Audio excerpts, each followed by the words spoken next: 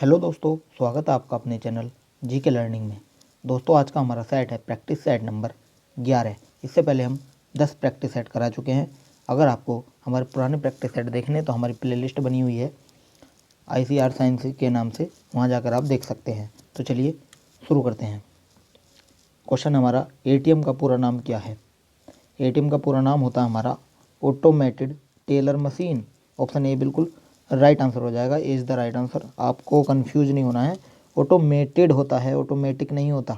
अगर कहा जाए तो ये गलत हो जाएगा। Automated teller machine is the right answer हो जाएगा। नेक्स्ट पर चलते हैं। नेक्स्ट क्वेश्चन हमारा, सौर ऊर्जा को विद्युत ऊर्जा में परिवर्तित करने के लिए आवश्यक तत्व आपको बताना है। तो देखिए, सौर ऊर्जा को विद्युत ऊर्जा में परिवर्तित करने के लिए सिलिकॉन का यूज होता है। Option number A is the right answer, silicon. चलिए नेक्स्ट पर चलते हैं। नेक्स्ट क्वेश्चन हमारा है, पदार्थ की तरंगें किस प्रकार की होती हैं? तो देखिए, पदार्थ की तरंगें होती है हमारी दी ब्रोगली तरंगे। Option number B is the right answer. De Broglie तरंगे हमारी पदार्थ की तरंगें कहलाती हैं। नेक्स्ट पर चलते हैं। नेक्स्ट क्वेश्चन है, टैप रिकॉर्डर को निम्नलिखित में से किस चीज़ के समीप नहीं रखना चाहिए? देखिए, चुंबक के समीप नहीं रखना चाहिए टेप रिकॉर्डर को, क्योंकि चुंबक के अगर समीप रखोगे तो टेप रिकॉर्डर के अंदर भी एक चुंबक होती है, तो ये चुंबक टेप रिकॉर्डर की क्रिया को प्रभावित कर सकता है, ध्यान रखिएगा। नेक्स्ट क्वेश्चन हमारा, जड़त्व आघूर्ण व कोणीय वेग का गुणनफल होता है। जड़त्व आघूर्ण व कोणीय वेग का गुणनफल होता है हमारा कोणीय संवेग। Option number B is the right answer, कोणीय संवेग, ध्यान रखिएगा। नेक्स्ट क्वेश्चन है, देखिए, जो क्वेश्चन आपको लगता है कि हाँ ये क्वेश्चन मेरे से नहीं हो रहा है, उसको आप कॉपी में उतार सकते हैं, नोटबुक आप साथ लेकर बैठिए। चलिए, ल्यूमेन एकक है किसका मात्रक है? ल्यूमेन एकक ये होता है हमारा ज्योति फिलक्स का मात्रक। Option C is the right answer, ये होता है ज्योति फिलक्स का मात्रक होता है ल्यूमेन एकक। नेक्स्ट क्वेश्चन हमारा, पराश्रव्य तरंग की आवृत्ति होती है विशिष्ट रूप से। देखिए, पराश्रव्य तरंग की आवृत्ति जो होती है वो होती है 20 किलोहर्ट्ज से ऊपर, क्योंकि 20 किलोहर्ट्ज तक की, क्योंकि जो पराश्रव्य तरंगें होती हैं ना, मानव नहीं सुन सकता, लेकिन कुछ जीव होते हैं जो सुन सकते हैं। जैसे हमारा एक कुत्ता है, कुत्ता सुन सकता है, बिल्ली सुन सकती है, चमगादड़ सुन सकती है। ये हमारी पराश्रव्य ध्वनियों को सुन सकती हैं, क्योंकि इनकी आवृत्ति होती है 20 किलोहर्ट्ज से ऊपर। चलिए नेक्स्ट क्वेश्चन है, सूची मिलानी है आपको। सोनोमीटर का बताइए क्या होगा? सोनोमीटर का क्या हो जाएगा? सोनोमीटर का होगा हमारा कंपनशील रज्जु। हाइग्रोमीटर का हमारा होगा द्रव की आर्द्रता की माप। बैरोमीटर का हमारा हो जाएगा वायुदाब की माप। और हाइड्रोमीटर का हो जाएगा द्रव के घनत्व की माप। ऑप्शन हमारा इसका राइट आंसर हो जाएगा, देखिए B is the right answer. B जिसका भी आ रहा है बिल्कुल राइट आंसर होगा। नेक्स्ट क्वेश्चन पे चलते हैं। नेक्स्ट क्वेश्चन हमारा है, किसी कमरे के एक कोने में सेंट की खुली शीशी रख देने से उसकी खुशबू कमरे के सभी भागों में फैल जाती है, ऐसी किस कारण होता है? तो देखिए, ये होता है हमारा विसरण के कारण। Option B is the right answer, विसरण के कारण होता है ये। चलिए नेक्स्ट क्वेश्चन हमारा है, तेल की बूंद पानी में फैल जाती है क्योंकि, देखिए, तेल की बूंद पानी में फैलती है क्योंकि तेल का पृष्ठ तनाव पानी से बहुत कम होता है। ध्यान रखिएगा, तेल का जो पृष्ठ तनाव है पानी से बहुत कम होता है, इसलिए तेल की बूंद पानी पर फैल जाती है। B is the right answer. Next है, पेंडुलम को चंद्रमा पर ले जाने पर उसकी समय अवधि घटेगी, शून्य हो जाएगी, बढ़ेगी या उतनी ही रहेगी? देखिए, पेंडुलम को हम चंद्रमा पर ले जाते हैं तो उसकी समय अवधि हमेशा बढ़ती है। Option C is the right answer, हमेशा बढ़ेगी। नेक्स्ट क्वेश्चन पर चलते हैं। नेक्स्ट क्वेश्चन हमारा है, निम्नलिखित में से क्या वेक्टर परिमाण है? देखिए, वेक्टर परिमाण हम बोलते हैं वेग को। देखिए, वेग वेक्टर परिमाण है, ध्यान रखिएगा। डी जो है वो आपका सही उत्तर हो जाएगा। नेक्स्ट क्वेश्चन है, 1 किलोवाट घंटा किसके बराबर होता है? ये आंसर करेंगे। 1 किलोवाट घंटा हमारा होता है 3.6 mega joule. Option number B is the right answer, 3.6 mega joule. चलिए नेक्स्ट है, रेफ्रिजरेटर में शीतलन किस प्रकार होता है? देखिए, रेफ्रिजरेटर में जो शीतलन होता है वो हमारा होता है वाष्पशील द्रव के वाष्पन द्वारा। Option A is the right answer, वाष्पशील द्रव के वाष्पन द्वारा। मैं बता दूं आपको थोड़ा रेफ्रिजरेटर के बारे में। देखिए, रेफ्रिजरेटर में शीतलन बाष्पशील द्रव के बाष्पन द्वारा होता है, ये तो मैंने बता दिया।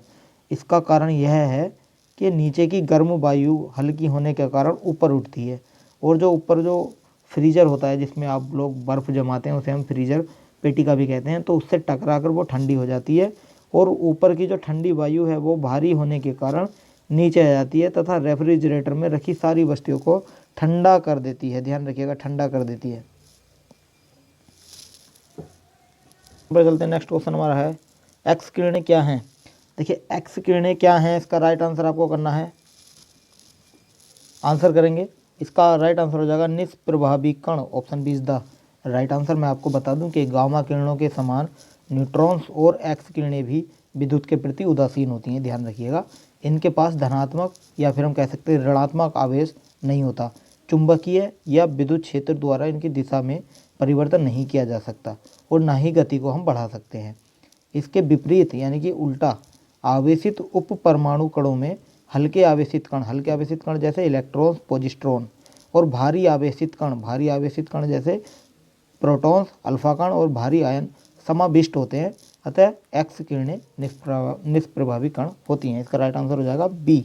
आई होप मैं आपको ठीक से समझा पाया। नेक्स्ट, कपड़े से जंग के धब्बे हटाने के लिए प्रयोग किया जाता है। क्या किया जाता है? देखिए, कपड़े से जंग के धब्बे हटाने के लिए हम ऑक्जेलिक अम्ल का प्रयोग करते हैं। बी, ऑप्शन डी बिल्कुल आपका राइट आंसर हो जाएगा। वो कैसे करते हैं? देखिए, मैग्नीशियम, देखिए सॉरी ये तो अलग हो जाएगा ना, हाँ, तो इसका राइट आंसर हो जाएगा हमारा ऑक्जेलिक अम्ल।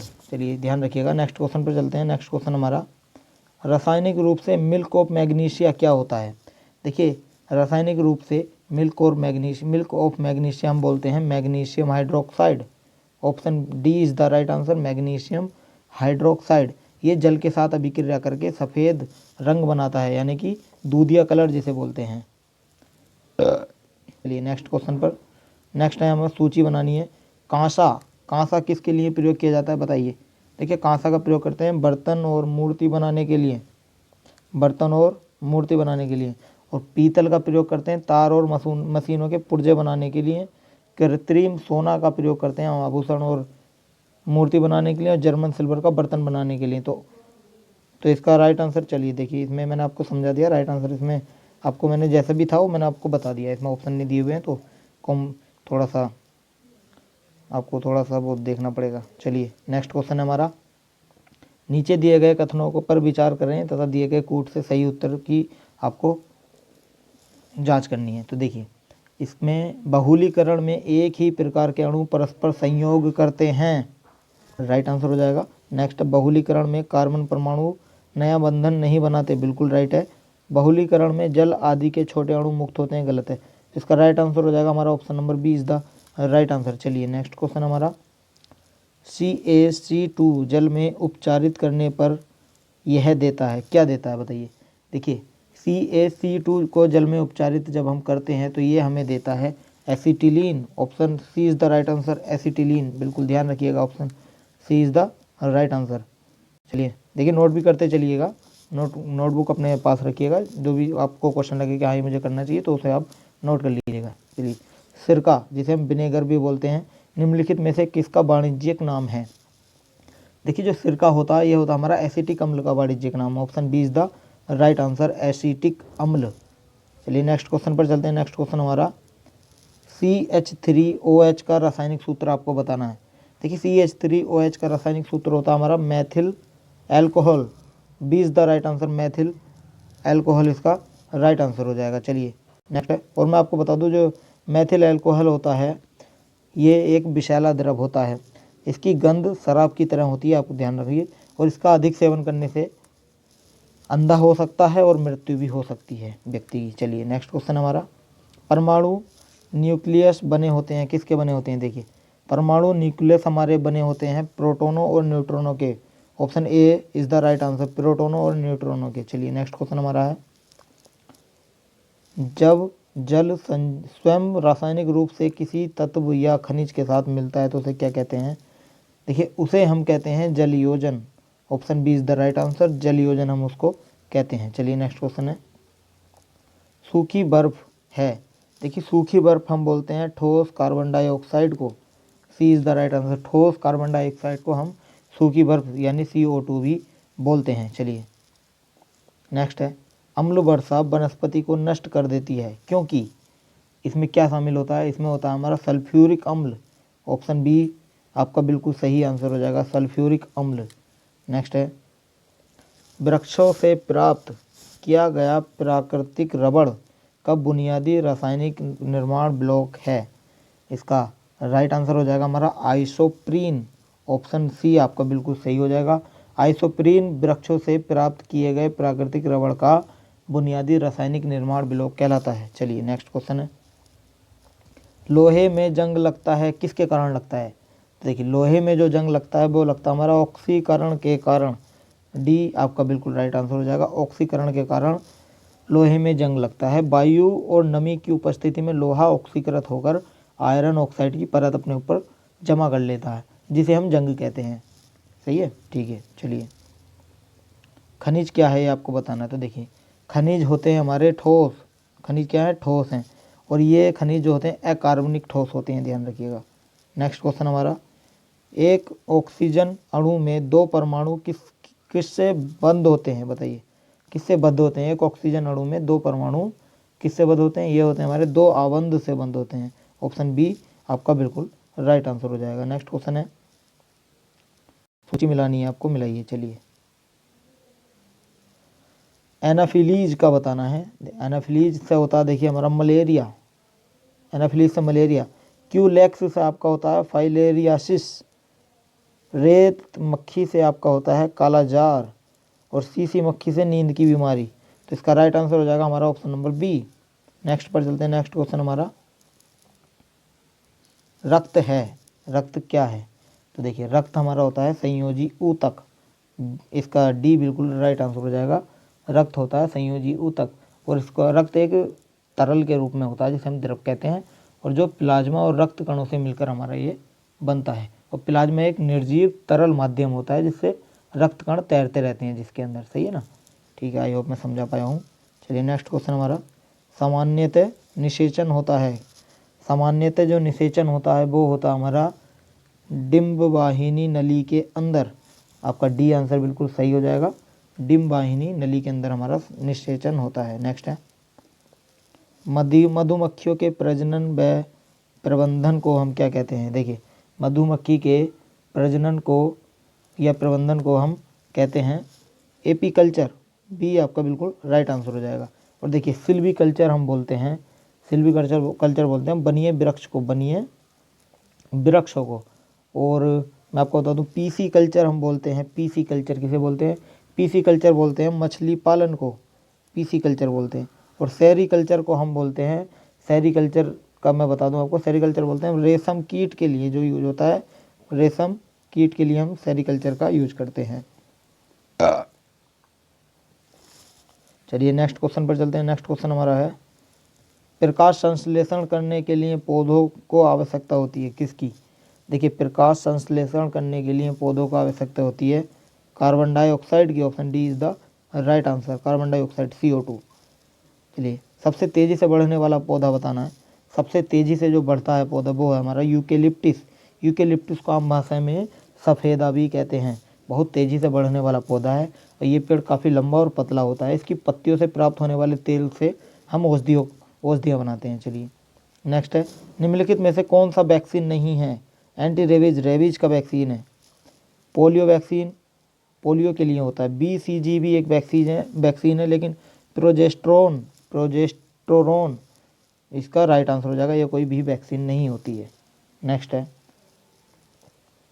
निम्नलिखित में से किस समूह में जानवरों के दांत नहीं होते। देखिए एलिगेटर के दांत होते हैं, जो मगरमच्छ की तरह होता है देखने में, उसे हम एलिगेटर बोलते हैं। मोर के दांत नहीं होते, शुतुरमुर्ग के नहीं होते, कछुए के नहीं होते। B is the right answer, B is the right answer. चलिए नेक्स्ट है हमारा, टेमीफ्लू किसके लिए एक प्रमुख औषधि है। देखिए टेमीफ्लू जो है हमारी पक्षी फ्लू के लिए एक औषधि है। इसका डी बिल्कुल राइट आंसर हो जाएगा, टेमीफ्लू एक पक्षी फ्लू। चलिए नेक्स्ट क्वेश्चन हमारा, एंजाइम होते हैं। देखिए एंजाइम जो होते हैं वो हमारे होते हैं protein, option C is the right answer. जो एंजाइम होते हैं वो रासायनिक रूप से हम उन्हें प्रोटीन भी कहते हैं। चलिए नेक्स्ट क्वेश्चन हमारा है, फेफड़े से हृदय के लिए रुधिर को ले जाने वाली रुधिर वाहिका को क्या कहते हैं? देखिए इसे हम बोलते हैं फुफ्फुस शिरा। ऑप्शन ए आपका बिल्कुल राइट आंसर हो जाएगा, फुफ्फुस शिरा हम इसे बोलते हैं। चलिए नेक्स्ट क्वेश्चन हमारा, हैजा के रोगाणुओं की खोज किसने की थी? देखिए हैजा के रोगाणुओं की जो खोज की गई थी वो की थी रॉबर्ट कोच ने। डी आपका बिल्कुल राइट आंसर हो जाएगा। हैजा जो होता है वो जिस जीवाणु से होता है उसका नाम है बी ब्रियो कोलेरी, बिल्कुल ध्यान रखिएगा, बी ब्रियो कोलेरी। नेक्स्ट है, वृक्ष के तनों में रहने वाले प्राणियों को हम क्या कहते हैं? उन्हें हम बोलते हैं वृक्षवासी। बी इसका सी एकदम राइट आंसर हो जाएगा, वृक्षवासी इसको हम बोलते हैं। नेक्स्ट क्वेश्चन है, आयोडोफॉर्म का प्रयोग किस रूप में किया जाता है? आयोडोफॉर्म का प्रयोग करते हैं हम पूर्तिरोधी के अंदर। D is the right answer, पूर्तिरोधी के अंदर आयोडोफॉर्म का प्रयोग करते हैं और इसका रासायनिक सूत्र होता है CHL3। चलिए नेक्स्ट क्वेश्चन है, ग्रीन हाउस गैसों की अवधारणा किसकी थी? ग्रीन हाउस गैसों की अवधारणा किसकी थी? ये थी जोसेफ फ्यूरियर। ऑप्शन डी आपका बिल्कुल राइट आंसर हो जाएगा। और इन्होंने जो ये अवधारणा दी थी ये दी थी 1827 के अंदर। ध्यान रखिएगा 1827 में अवधारणा दी थी। इन्होंने कहा था कि वायुमंडल की गैसें जैसे कार्बन डाइऑक्साइड है, सल्फर डाइऑक्साइड है और पृथ्वी के तापमान में वृद्धि ला सकते हैं। फ्यूरियस ने ये ग्रीन हाउस गैसों की अवधारणा दी थी। चलिए ध्यान रखिएगा। नेक्स्ट क्वेश्चन हमारा, सभी कंप्यूटरों में लागू होती है हमारी मशीनी भाषा। B is the right answer, मशीनी भाषा सभी कंप्यूटरों में लागू होती है। ये मशीनी भाषा जो होती है ये असेंबली भाषा या उच्च स्तरीय भाषा कहलाती है। चलिए नेक्स्ट क्वेश्चन है, इनमें से कौन सी इनपुट डिवाइस नहीं है? देखिए कीबोर्ड हमारी इनपुट डिवाइस है, ये गलत हो जाएगा। डिस्क हमारी इनपुट डिवाइस है, ये भी गलत हो जाएगा। स्कैनर भी हमारी इनपुट डिवाइस होती है, लेकिन प्रिंटर हमारा इनपुट डिवाइस नहीं होता। Printer is the right answer, printer हमारा इनपुट डिवाइस नहीं होता है। माउस अगर आता है यहाँ पर तो माउस भी हमारा इनपुट डिवाइस होता है। चलिए, माइक्रो प्रोसेसर कौन सी पीढ़ी का कंप्यूटर है? देखिए प्रथम का है, द्वितीय का है, तृतीय का है, चतुर्थ का है। तो देखिए माइक्रो प्रोसेसर हमारा चतुर्थ पीढ़ी का कंप्यूटर है, चतुर्थ पीढ़ी का है। कब से कब तक था? ये 1971 से 1982 तक था। ध्यान रखिएगा 1982 तक था। और जिसके अंदर कंप्यूटर एप्पल और माइक्रो प्रोसेसर जैसे शामिल थे। चलिए नेक्स्ट क्वेश्चन हमारा, सी भाषा के विचरण संप्रतीक फॉर्मेटिंग कैरेक्टर से पहले कौन सा चिन्ह लगाना चाहिए? देखिए हमें चिन्ह लगाना चाहिए %। Option number D is the right answer, ध्यान रखिएगा। चलिए नेक्स्ट क्वेश्चन हमारा है, पहला कंप्यूटर माउस किसने बनाया था? पहला कंप्यूटर माउस हमारा बनाया था डगलस एंगलबर्ट ने। Option C is the right answer. कब बनाया था? 1960 में बनाया था पहला माउस, कंप्यूटर माउस। चलिए ये क्लास आपको कैसी लगी हमें कमेंट करके ज़रूर बताएं, और कितने क्वेश्चन आपके बिल्कुल सही हुए ये भी हमें कमेंट करें, ताकि और बताएं हमें कि आपने जो ये क्लास ली है आपको इससे कितना बेनिफिट हुआ है। सब्सक्राइब नहीं किया है तो अभी सब्सक्राइब करें ताकि आने वाली हर अपडेट आपको मिलती रहे। और जिसने भी हमारा टेलीग्राम चैनल ज्वाइन नहीं किया, हमारे डिस्क्रिप्शन में इसका लिंक दिया गया है, वहाँ जाकर आप टेलीग्राम चैनल ज्वाइन कर सकते हो। और इसकी पिछली वीडियो देखने के लिए आप हमारी प्लेलिस्ट में जाकर सारी वीडियो हमारी देख सकते हो। चलिए आज के लिए इतना ही, धन्यवाद।